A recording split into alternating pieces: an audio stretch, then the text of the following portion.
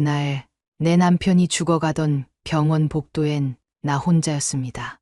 아무도 없었어요. 시청해주신 여러분들, 행운이 대박 나시길 기원하며 구독과 좋아요 한 번씩 부탁드립니다. 여러분의 작은 행동이 제겐 큰 힘이 됩니다. 누구 하나 손을 잡아주는 사람도 어깨를 두드려주는 사람도 없었죠. 수술실 문 앞에서 하얀 불빛만 바라보다 나는 조용히 무너져 내렸습니다. 전화는 20번도 넘게 했습니다. 아들, 며느리 그 누구도 받지 않았어요. 잠깐만요. 회의 중이라 나중에 연락드릴게요. 딱 한 줄, 그 아이 며느리라는 사람한테 받은 답장이 전부였죠. 그 순간 나는 다시 그날을 떠올렸습니다. 내 남편 정혜수가 처음 쓰러졌던 아침, 소파에 앉아 말없이 TV를 보던 그 사람의 몸이 휘청 오른손으로 가슴을 움켜쥐던 순간, 여보 하고 외치며 달려갔지만 남편은 이미 의식이 희미해지고 있었어요. 119에 전화를 걸고 구급차에 실려 병원으로 달려왔습니다. 이 급박한 상황에 나는 너무도 당연히 아들과 며느리가 함께 와줄 거라 믿었습니다. 하지만 현실은 그렇지 않았어요. 그 아이들 단 한 사람도 이 복도에 나타나지 않았습니다. 나는 무너지는 가슴을 끌어안고 수술 동의서에 이름을 썼습니다. 의사가 말하더군요. 수술 중에 심장에 쇼크가 올 가능성이 있으니 마음의 준비는 하셔야 합니다. 그러다 진짜로 그 일이 벌어진 겁니다. 중환자실로 옮겨졌고 의사는 무거운 목소리로 말했어요. 지금부터는 마음을 단단히 먹으셔야 합니다. 그 한마디에 내 몸에서 힘이 쫙 빠졌습니다. 내가 아니면 아무도 없는 이곳에서 나는 남편의 마지막이 될 수도 있는 시간을 홀로 견뎌야 했습니다. 아들놈은 전화를 받지 않았고 며느리는 그저 문자 한 줄로 나를 밀어냈습니다. 그 아이는 내게 말했죠. 무슨 일 있으면 남편한테 연락하세요. 그럼 지금도 그래야 합니까? 지금 이 순간 내 남편이 죽어가는데도 그쪽 남편이 회의 중이면 나 혼자 이 복도에 있어야 맞는 겁니까? 나는 휴대폰을 꾹 쥐고 있었어요. 떨리는 손, 울컥 솟구치는 울음, 목구멍까지 차오른 분노. 그리고 그때 들려온 초인종 소리. 인터폰 화면을 보니 눈이 잔뜩 쌓인 바깥에 그 아이가 서 있더군요. 윤소희, 내 며느리. 눈물에 범벅된 얼굴, 부은 눈. 그 애는 문이 열리자마자 그 자리에서 무릎을 꿇었습니다. 어머님, 아버님, 제발 한 번만 와주세요. 우진이가 쓰러졌어요. 중환자실이에요. 제발요. 하지만 그 순간 내 가슴에서 딱 한마디가 툭 하고 떨어졌습니다. 너희는 너무 늦었어. 안녕하세요. 저는 올해 70을 넘긴 강미순이라고 합니다. 남편 정혜수와 함께 경기 외곽의 조용한 단독주택에서 살고 있었어요. 이 집은 우리가 젊을 적 땀 흘려 일에 겨우 마련한 공간이죠. 작고 오래됐지만 정이 많은 집이에요. 손주 웃음소리로 가득 차던 적어도 예전에는 그랬습니다. 제 남편은요, 말수가 적은 대신 마음이 참 깊은 사람이었어요. 평생 가족을 위해 헌신하고 묵묵히 일만 했던 사람. 정말 단 한 번도 아프다는 말 없이 살아왔던 사람이었죠. 그런 그가 쓰러졌을 때 저는 세상이 무너지는 줄 알았습니다. 우리에게는 하나뿐인 아들이 있습니다. 정우진, 44. 어릴 때부터 뭐든 잘했던 아들이었고 늘 제 자랑이었죠. 대학 졸업 후 대기업에 들어가 결혼까지 하고 손주까지 안겨줬을 땐 정말 이제 살 만큼 살았다 싶은 마음이 들 정도였어요. 며느리 윤소희, 그 아이도 처음엔 참 예의 바르고 단정한 아이였죠.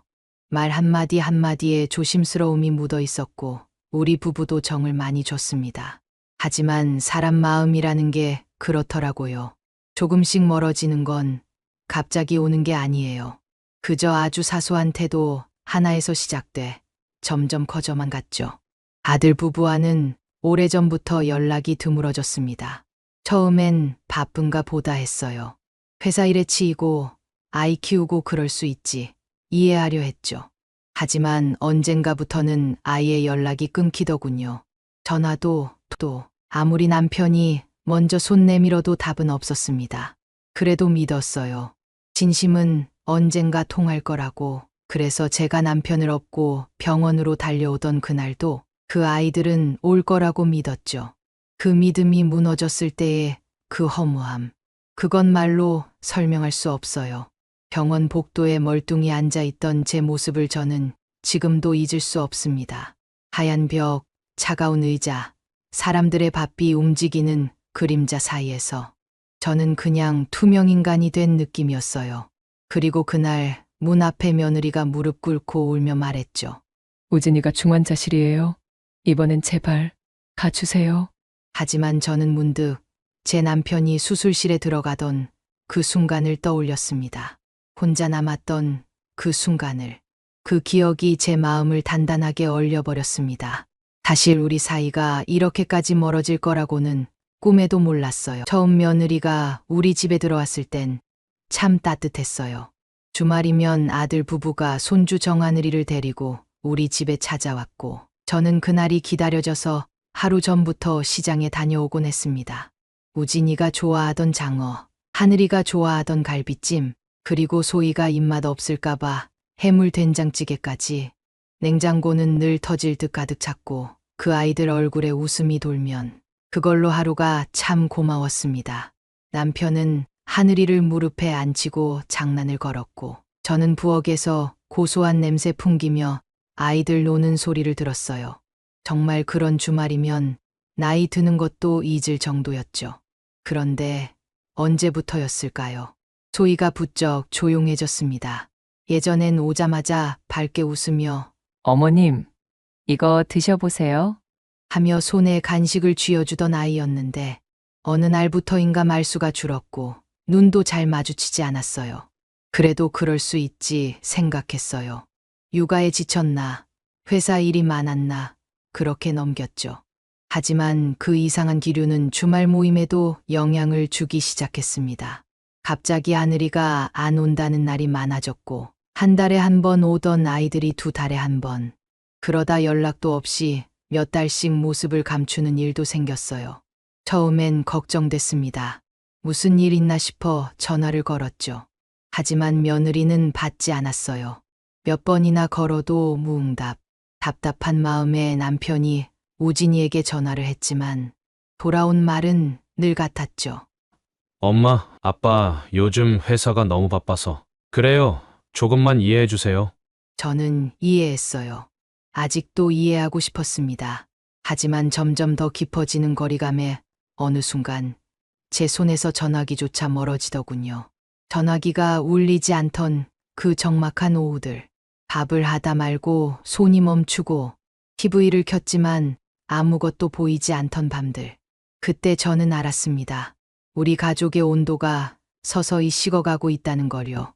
사람 마음이 참 묘하지요.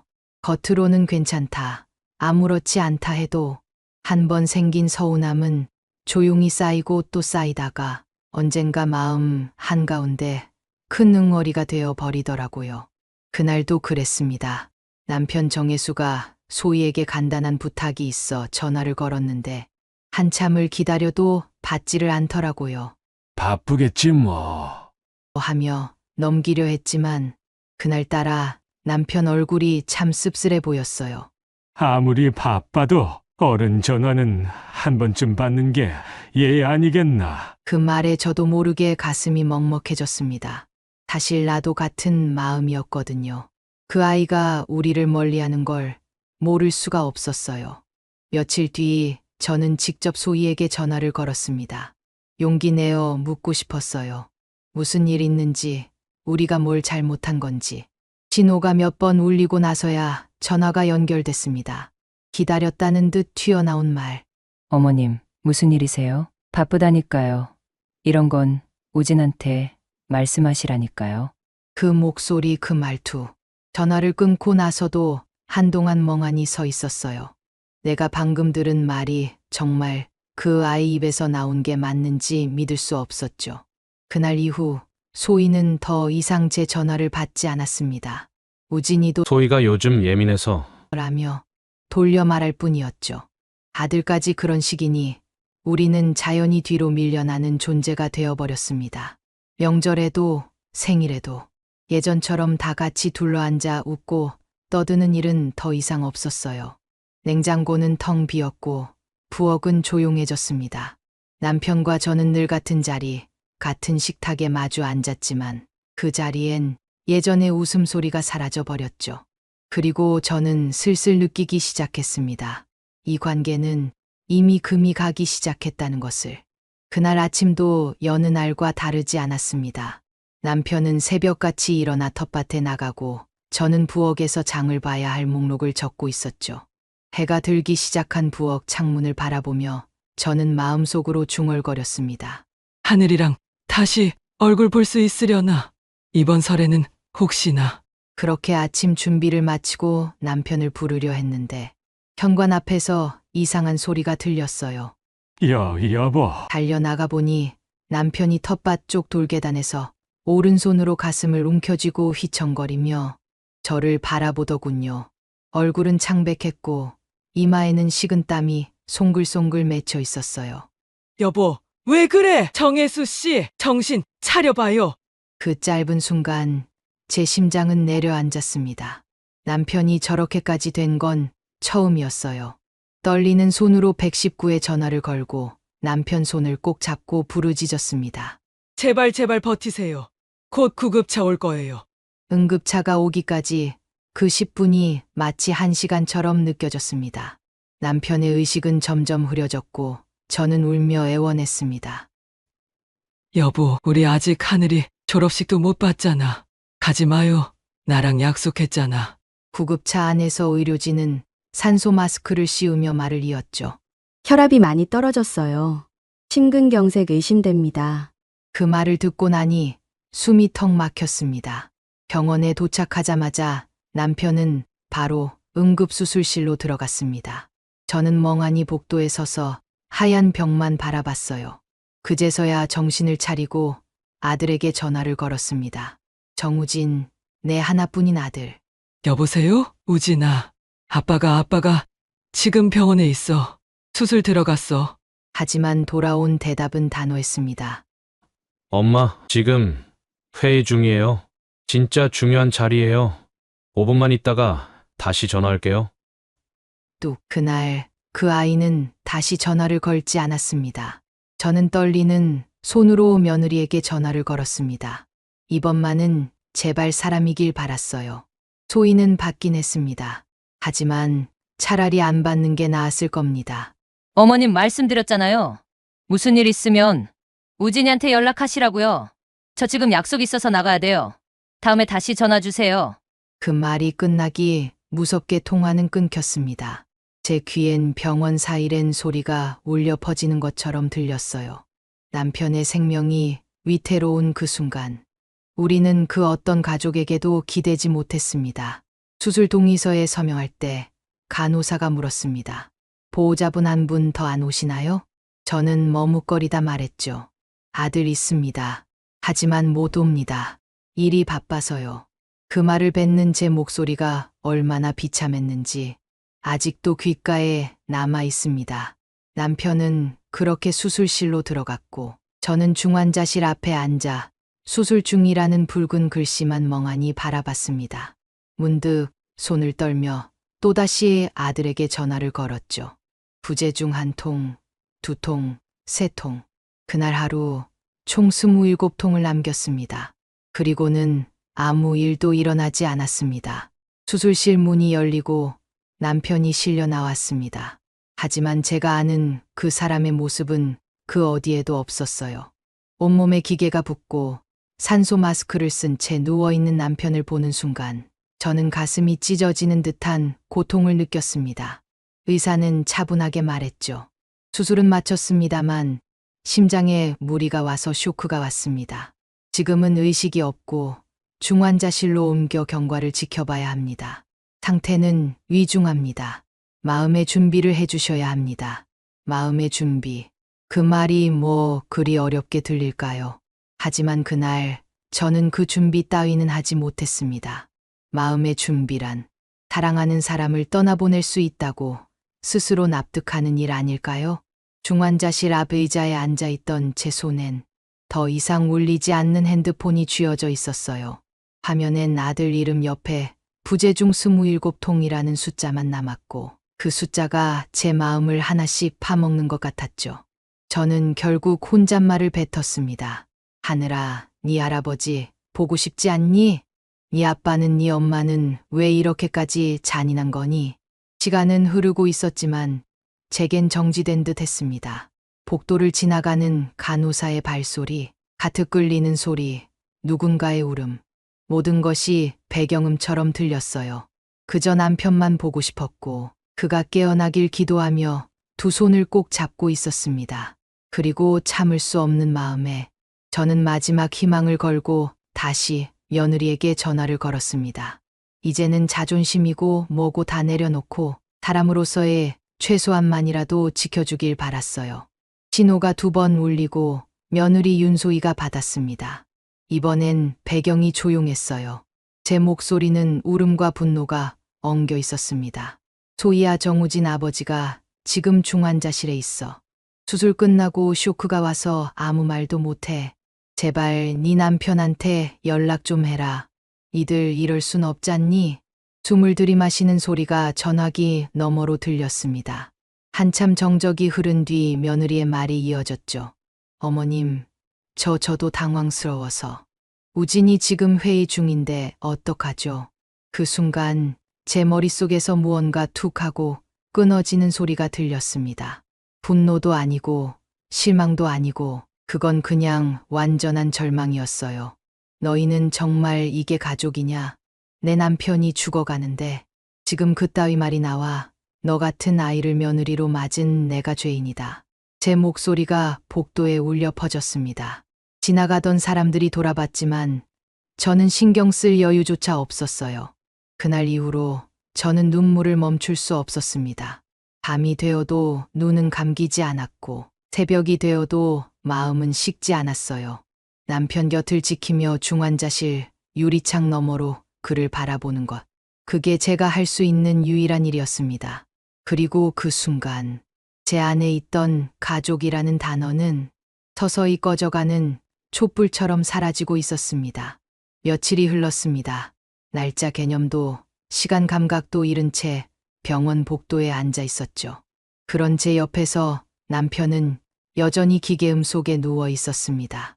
의사는 하루에 2번 간단히 설명만 하고 사라졌고 간호사는 지켜보는 수밖에 없다는 말만 되풀이했죠. 그날 새벽 수술 후 처음으로 남편이 눈을 떴습니다. 그렇게 미약하게 입술이 움직였고 그 모습을 본 순간 제 심장은 쿵 내려앉았습니다. 여보, 나 여기 있어. 눈 떴어요. 간호사님. 손을 잡은 그 짧은 순간 세상에서 가장 따뜻한 체온이 손끝에 느껴졌습니다. 의사는 말했습니다. 기적입니다. 아직 경과는 봐야겠지만 고비는 넘겼습니다. 저는 그 말을 듣고 비로소 병실 밖으로 고개를 들 수 있었습니다. 하지만 이상하더군요. 남편이 살아났는데 왜 제 마음은 조금도 기쁘지 않았을까요? 그날 저녁 병실로 정우진과 윤소희가 나타났습니다. 우진이는 눈이 충혈돼 있었고 소희는 말도 못할 얼굴로 울고 있었죠. 엄마 아빠는 괜찮으신 거예요? 왜 연락 안 받으셨어요? 저는 아무 말 없이 침대 곁에 앉아 남편의 손을 잡고 있었습니다. 그들이 들어왔을 때도 그들이 우는 소리를 냈을 때도 그저 고개만 돌렸습니다. 정우진이 제 앞에 무릎을 꿇었습니다. 엄마 죄송해요. 정말 몰랐어요.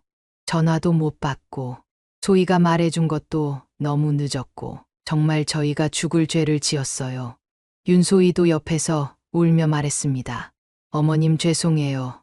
정말 잘못했어요. 그땐 너무 무심했고 저 이기적이었어요. 그들의 눈물, 그들의 사죄. 하지만 저는 그걸 느끼지 못했습니다. 그들의 말 한마디가, 그들의 눈물 한 방울이 제게 닿지 않았습니다. 이미 제 마음은 그들이 멀어져 간 그 시간만큼이나 깊게, 멀리, 차갑게 닫혀 있었던 겁니다. 그 순간 저는 깨달았습니다. 용서라는 건 지금처럼 울고불고 하는 장면이 아니라 그 전에 아플 때, 무너질 때 곁에 있어주는 것이라고. 지금 와서 무릎 꿇는 건 그저 죄책감의 방언이지 진짜 사랑은 아니었습니다. 남편은 점점 회복됐습니다. 입맛이 돌아왔고 간단한 대화도 나눌 수 있게 되었어요. 하지만 그가 눈을 뜨고 가장 먼저 찾은 건 아들도 며느리도 아닌 제 손이었습니다. 여보, 나 살았네. 그 말에 저는 고개를 끄덕이며 손을 감쌌습니다. 살아서 와줘서 고마워요. 그 말 한마디에 내 안에 눌러있던 감정이 왈칵 쏟아지려 했지만 나는 꾹 참았습니다. 지금 내가 울면 그 아이들이 그걸 핑계 삼아 다시 우리의 가족이라 우길까 봐요. 며칠 뒤 병실은 일반 병실로 옮겨졌습니다.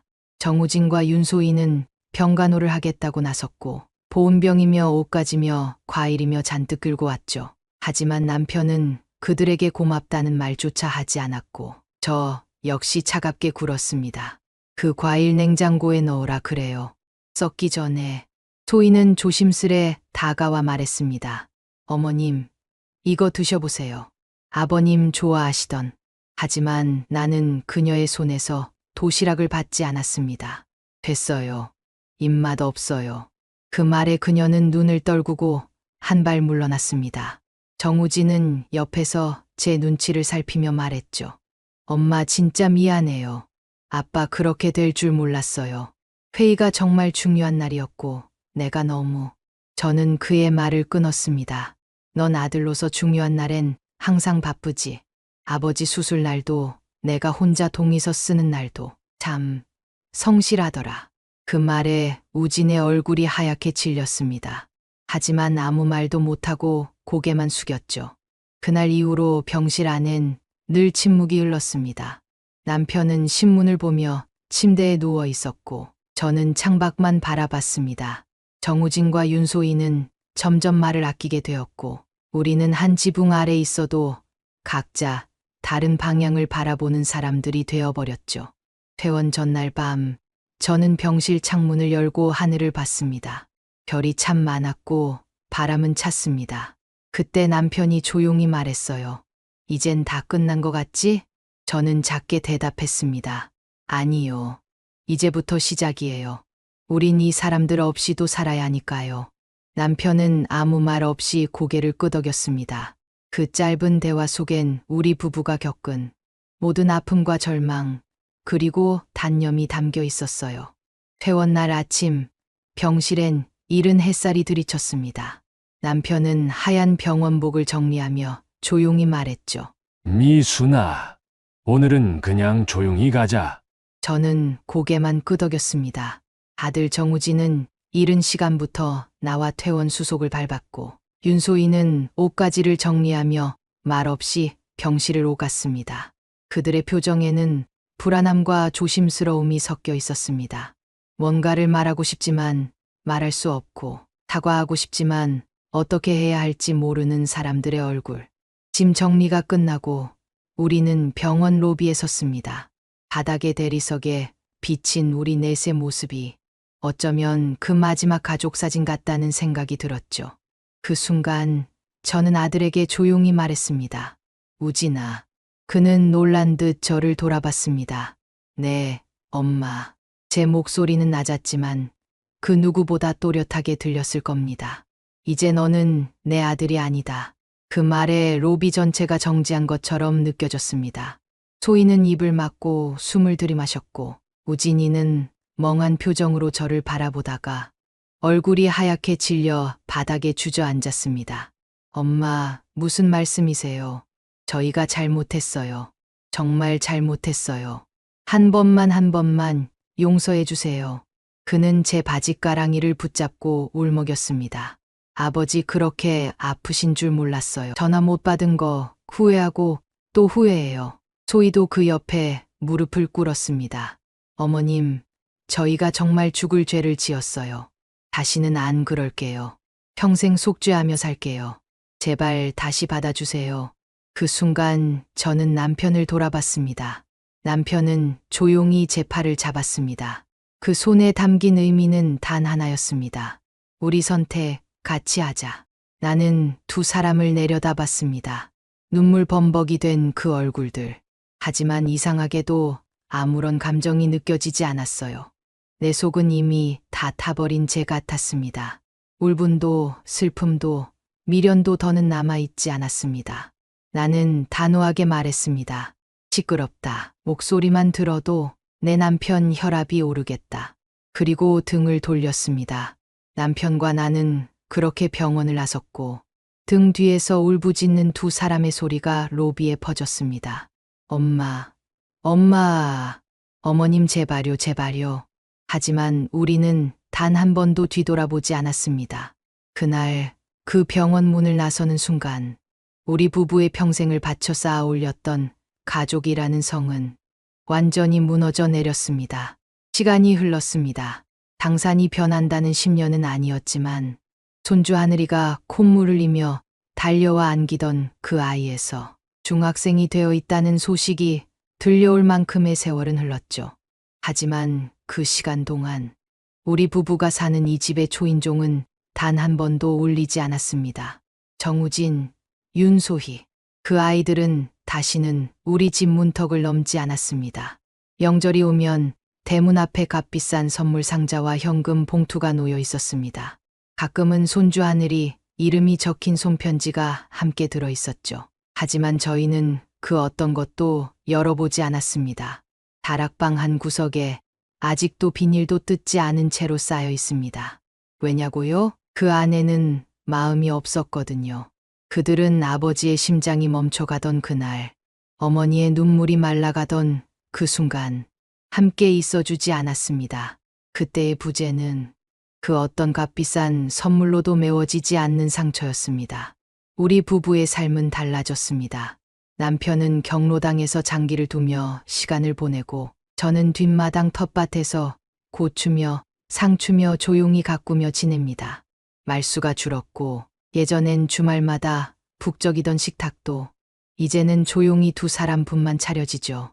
냉장고도 비어있고 소파 위엔 누구 하나 눕지 않고 부엌엔 웃음소리 대신 라디오 소리만 조용히 흐릅니다.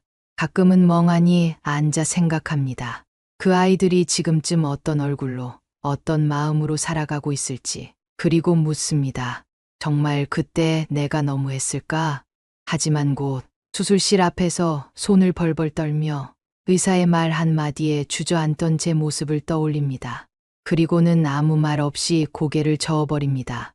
그 누구도 그 순간에 내 심장을 대신 띄워줄 수는 없었으니까요. 그날 저녁, 창밖에는 눈이 소복이 쌓이고 있었습니다.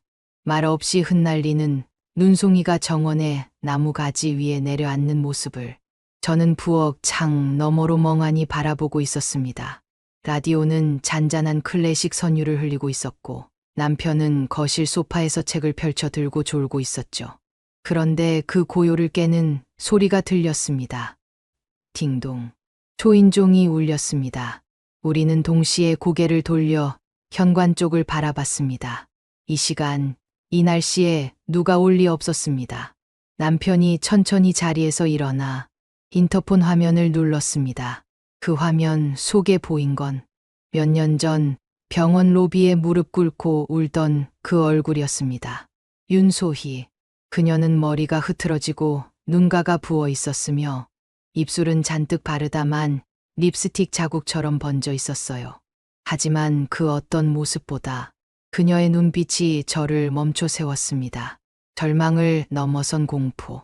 남편은 저를 돌아보며 물었습니다. 열까요? 저는 말없이 고개를 저었습니다. 그 순간 현관 너머에서 울음 섞인 목소리가 들려왔습니다. 어머님 저예요. 윤소희예요. 제발 문 좀 열어주세요. 우진이가 쓰러졌어요. 제 손에 들려있던 물수건이 스르르 바닥에 떨어졌습니다. 하지만 그럼에도 저는 움직이지 않았습니다. 제발요, 아버님, 어머님. 이제라도 얼굴 한 번만 봐주세요. 우진이가 중환자실이에요. 심장 수술. 의사 선생님이 마음의 준비하래요. 그녀의 목소리는 점점 떨렸고 결국 울음이 되어 쏟아졌습니다. 저희가 잘못했어요. 정말 잘못했어요. 제발 한 번만, 이번 한 번만. 우진이가 마지막으로 부모님 얼굴 보고 싶다고. 저는 그 자리에 서서 말없이 숨만 고르고 있었습니다. 내 가슴 속 어딘가가 그 울음에 순간적으로 흔들리는 것을 느끼긴 했습니다. 하지만 그것은 오래가지 않았습니다. 현관 밖에서는 아직도 울음 섞인 목소리가 들려오고 있었습니다. 윤소희는 무릎을 꿇은 채 문을 두드렸고 그 두드림 소리는 점점 떨리며 간절함을 더해갔습니다. 남편이 제 옆에 서서 조용히 말했습니다. 당신 괜찮겠어요? 저는 말없이 고개를 끄덕였습니다. 그리고 인터폰 화면을 꺼버렸습니다. 문이 닫히자 세상은 다시 조용해졌습니다. 밖에선 눈이 계속 내렸고 현관 앞 그 아이의 울음소리조차 이내 눈 속에 묻혀 사라지는 것 같았습니다. 그날 밤 저는 잠들지 못한 채 거실 창 앞에 앉아 있었습니다. 창문에 비친 제 얼굴은 낯설었습니다. 새하얀 머리칼, 깊게 패인 눈과 주름, 그 어떤 감정도 담기지 않은 텅 빈 눈동자. 그리고 저는 스스로에게 물었습니다. 나는 정말 괜찮은 어머니였을까? 하지만 곧 스스로 대답했습니다. 가족이란 사랑으로 이어지는 거지 피로 이어지는 게 아니었구나. 내가 원했던 건 누구보다 간절하게 지켜온 그 아이들과의 온기였습니다. 하지만 그들은 그 온기를 외면했고 나는 그 외면을 견디지 못하고 무너졌습니다. 용서하지 못한 게 아닙니다. 다시 믿을 수 없었기 때문입니다. 사랑은 기다림일 수 있지만 기다림이 반드시 사랑은 아니기에 그 아이들을 보내며 나는 남은 내 삶에서 그 흔적을 조금씩 지워나가기로 마음먹었습니다. 가끔은 생각합니다. 그 아이가 정말 마지막을 맞이한다면 나를 떠올릴까요? 아니면 여전히 바쁜 회의와 핑계 속에 묻어둘까요? 하지만 이제 그건 중요하지 않습니다. 그들이 우리를 떠났던 그 순간처럼 우리도 그들을 보내는 방법을 배운 것뿐이니까요. 창밖에 눈은 멈췄습니다. 하지만 내 안의 겨울은 아직 끝나지 않았습니다. 여러분이라면 어떻게 하셨겠습니까? 저희 부부의 마지막 선택, 그것은 정말 너무한 복수였을까요? 아니면 참아낼 수 없는 상처를 안고 살아온 한 가족의 지극히 현실적인 결정이었을까요? 댓글로 여러분의 생각을 나눠주세요. 혹시 지금 이 순간 멀어진 가족이 있다면 돌이킬 수 있을 때 그 손을 먼저 잡아보시길 바랍니다. 사랑한다는 말 기다리지 마세요. 후회는 남기지 말고 마음은 미루지 마세요.